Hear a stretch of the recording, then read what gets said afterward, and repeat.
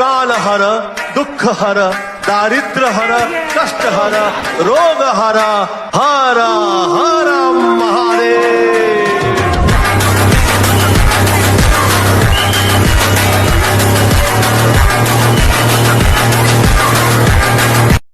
Hello friends, तो कैसे हो आप लोग। स्वागत है आपका हमारे यूट्यूब चैनल में त्रिशास वर्ल्ड। आई नो बहुत लेट हो गया मगर देर आए दुरुस्त आए। सो हमारा ये सेकेंड व्लॉग है पुणे टू भीमाशंकर। और जैसे कि आप देख सकते हो हम अपनी यात्रा के लिए निकल चुके हैं। अभी हम हिंजेवाड़ी से निकलकर लोनावाला वाले रास्ते पर चल रहे हैं। आप देख रहे हो मौसम बहुत ही अच्छा है और बारिश की पूरी उम्मीद है और बारिश हो भी रही है, इसे आप देख सकते हो यहाँ पर। तो टोटल जर्नी ये पुणे से जो भीमाशंकर की है बाय रोड वो है 120 किलोमीटर्स।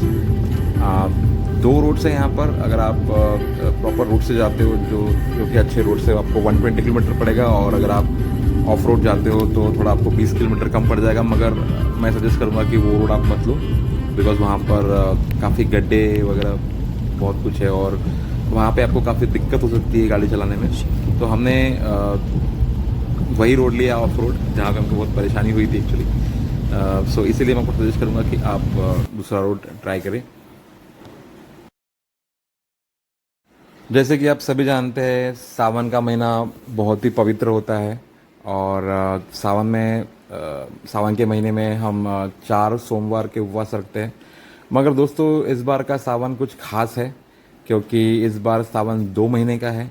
और सब लोग ये बोलते हैं कि इस बार सावन 2 महीने का है, मगर एक्चुअल जो रीज़न है वो मैं आपको बोलता हूँ कि इस बार जो सावन है वो 2 मंथ का क्यों है। क्योंकि दोस्तों इस बार सावन में पुरुषोत्तम मास जुड़ गया है, जिसे अधिक मास या मल मास भी कहा जाता है। तो इसी कारण इस बार जो सावन है वो 59 दिनों का है, जिसमें कि आपको 8 सोमवार पड़ेंगे।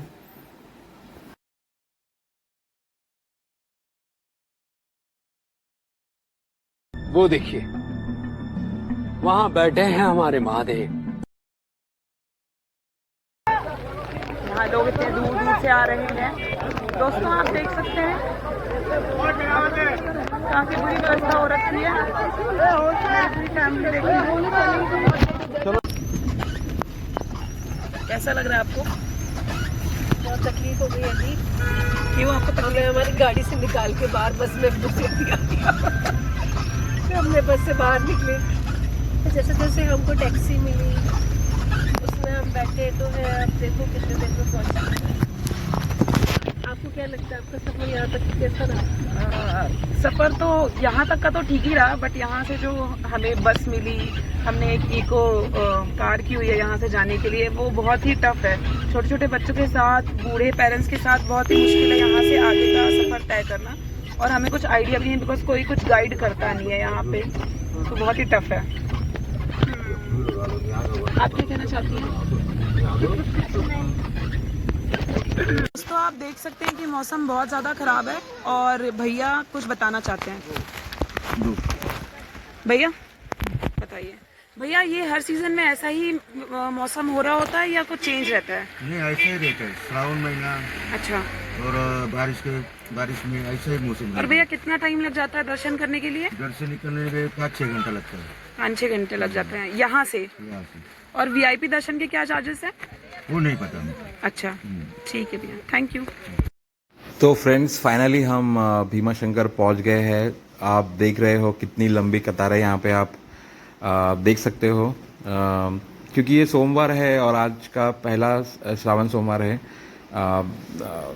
महाराष्ट्र में। एक्चुअली होता क्या है कि जो नॉर्थ इंडिया होता है वहाँ पर जो सावन स्टार्ट होता है वो पूर्णिमा से पूर्णिमा होता है, एंड जो महाराष्ट्र साइड है एंड साउथ इंडियन में जो सावन मनाया जाता है वो अमावस से अमावस मनाया जाता है। तो नॉर्थ इंडियंस का तो ये तीसरा सोमवार है, मगर महाराष्ट्र में एंड साउथ इंडिया में ये पहला सोमवार है, जिस कारण आप काफ़ी भीड़ देख सकते हो।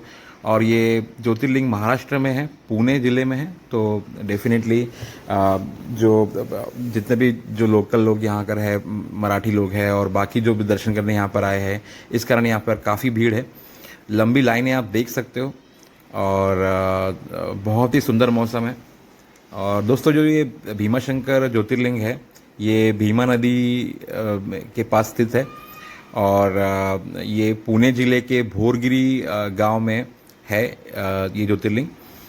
और दोस्तों जो ये मंदिर है ये बहुत ही पुराना मंदिर है और ऐसा कहा जाता है कि ये 13वीं शताब्दी में ये मंदिर ज्योतिर्लिंग की स्थापना हुई थी, मगर कुछ कथाओं के अनुसार ये उससे भी पुराना हो सकता है।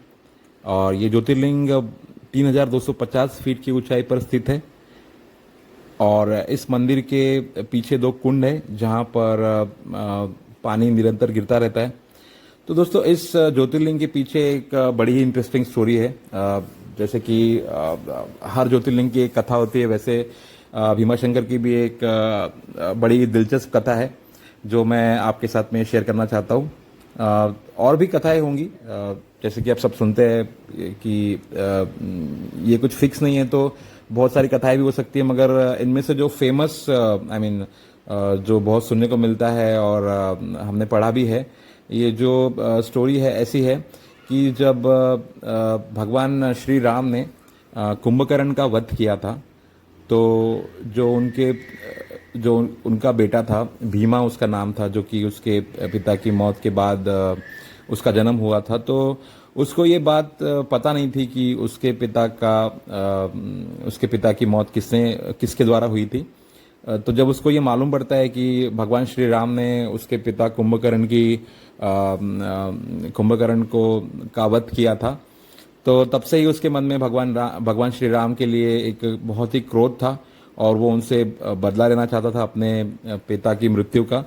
तो जैसे कि हरदम ही होता है, जब भी राक्षस जो होते हैं और उनको कुछ किसी से बदला लेना होता है, भगवान पे युद्ध करना होता है, तो वो लोग कठोर परिश्रम करते हैं, तप करते हैं, ब्रह्मा जी की आराधना करते हैं, शिव जी की आराधना करते हैं। तो यहाँ पर तो जो उनके बेटे थे भीमा ने, उसने भी यही किया। उसने कठोर तप किया, कठोर परिश्रम किया और कठोर परिश्रम से उसने ब्रह्मदेव से एक आशीर्वाद भी लिया और वो बहुत शक्तिशाली हो गया। और उसकी शक्ति इतनी बढ़ गई कि, और उसका क्रोध इतना बढ़ गया, उसकी शक्ति इतनी बढ़ गई और उसका अहंकार इतना बढ़ गया कि उसने इंसानों को परेशान करना शुरू कर दिया और इंसानों के साथ साथ उसने भगवान पर भी युद्ध करने शुरू कर दिए, और जिससे कि सारे भगवान परेशान हो गए। और जैसे कि आप सब जानते हैं कि जब सब भगवानों को परेशानी होती है तो वो भगवानों के भगवान शिव के पास ही जाते हैं।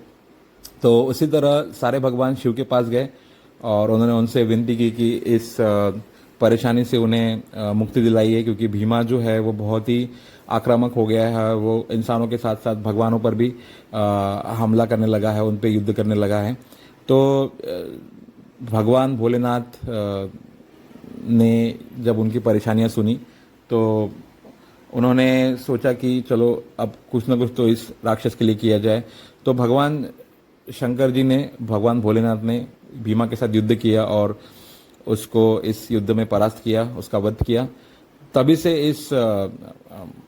इस मंदिर जो ज्योतिर्लिंग है इसका नाम भीमा शंकर हो गया, क्योंकि भगवानों ने शंकर भगवान से एक विनती की थी कि आप यहीं पर विराजमान हो जाइए, जैसे कि आपने यहाँ पर भीमा का वध किया है तो आप यहीं पर विराजमान हो जाइए। तो उसी के बाद से इस जगह का नाम भीमा शंकर हुआ है। बहुत ज़्यादा भीड़ है यहाँ पर, आप देख सकते हो। जहाँ भी आपकी नज़र जा रही है आपको भीड़ दिखाई देंगी। यहाँ पर सब लोग दर्शन करने के लिए बहुत ही आतुर हैं। और जो पीछे लाइन लगी हुई है वो तो सुबह से लोगों ने वहाँ पर लाइन लगाई है, जिनको काफ़ी परेशानी हो रही है इस टाइम पर यहाँ पर अभी। और हम फाइनली यहाँ पहुँच गए हैं। थोड़ी देर के बाद हमको दर्शन भी हो जाएंगे यहाँ पर। जैसे कि आप देख सकते हैं ये मेरा पूरा परिवार है और ये छोटी त्रिशा है जो कि इस पूरी यात्रा में सबसे ज़्यादा खुश है और बहुत ही एक्साइटेड है वो उसके पहले ज्योतिर्लिंग दर्शन के लिए। आप देख सकते हो यहाँ पर। और किस तरह वो हंस रही है यहाँ पर और उसकी बहुत ही क्यूट स्माइल है और उसका ये पहला ज्योतिर्लिंग दर्शन है तो काफ़ी खुश है। और फाइनली दोस्तों हम देखो मंदिर के अंदर प्रवेश कर लिया है हमने। यहाँ पर एक स्क्रीन लगी हुई है जहाँ पर आपको देखने मिलता है कि कैसे पूजा हो रही है। इस टाइम आरती का टाइम यहाँ पर है और अभी हम यहाँ पर आरती के लिए रुके हैं। अभी यहाँ पे सफाई चल रही है, इसके बाद यहाँ पर आरती होंगी और हम बहुत लकी है कि हमको इतना भीड़ में आने के बाद इसके बाद भी हमको यहाँ पर आरती मिल रही है, तो ये बहुत ही सौभाग्य की बात है। और आप देख रहे हो ये लाइव आरती, बहुत ही अच्छा लग रहा है इस ज्योतिर्लिंग में आकर। और अगर आप भी प्लान कर रहे हो यहाँ पर आने के लिए तो ज़रूर प्लान कीजिए, बहुत अच्छा लगता है।